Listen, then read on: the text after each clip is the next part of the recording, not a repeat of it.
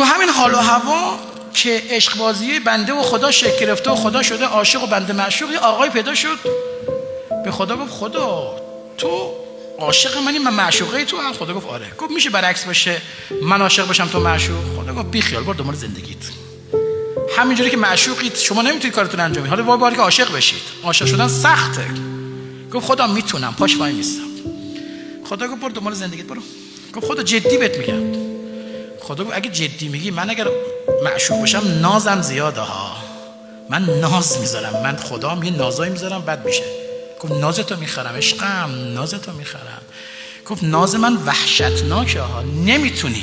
گفت میتونم. ادعا کرد دیگه، بعضی ادعا میکنن. باز رفت اومد گفت خدا بذار من عاشق باشم معشوقم بشه.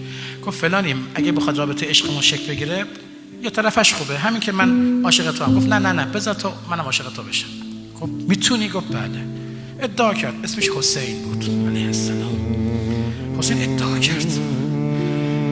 عشق بازی شروع شد 40 سالش. گفت خدا چرا ناز نمیذاری؟ گفت ناز میذارم. شد 45 سالش. خدا ناز نمیذاری؟ گفت ناز میذارم. شد 50 سالش.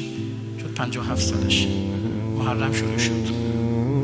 بعد خدا گفتش که حسین آماده ای؟ میخوام روز 10 محرم واسه ناز بذارم، بخر نازمو. ناز گذاشت دیگه. خدا یک نازی توی 4-5-6 ساعتی گذاشت. گفت علی اکبر تو بده بیاد، علی اصغر تو بده، هستی تو بده، وجود تو بده. داره همه بچه‌هاش پرپر میشن دنبال اذان ظهر میگرده. میگه ببین بلدم، ببین حواسم به تو هم هست. میگه رزم به رضائک تسلیما لقضائک. هی حرف میزنه میگه ببین بلدم ناز بخرم. ناز خرید و خرید.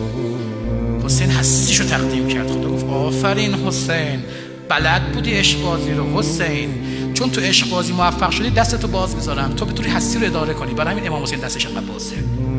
برای همین وقتی پیش میری پیش حسین به خدا میرسی، چون تو عشق بازی موفق شد. هر کس دنبال عشق نهاییه و دنبال عشق بازی با خداست. معشوق بمون، عاشق نشو. چون اگه عاشق بشی سخته، ولی اگر یه روز قرار شد عاشق بشی مثل امام حسین بلد باش ناز بخر.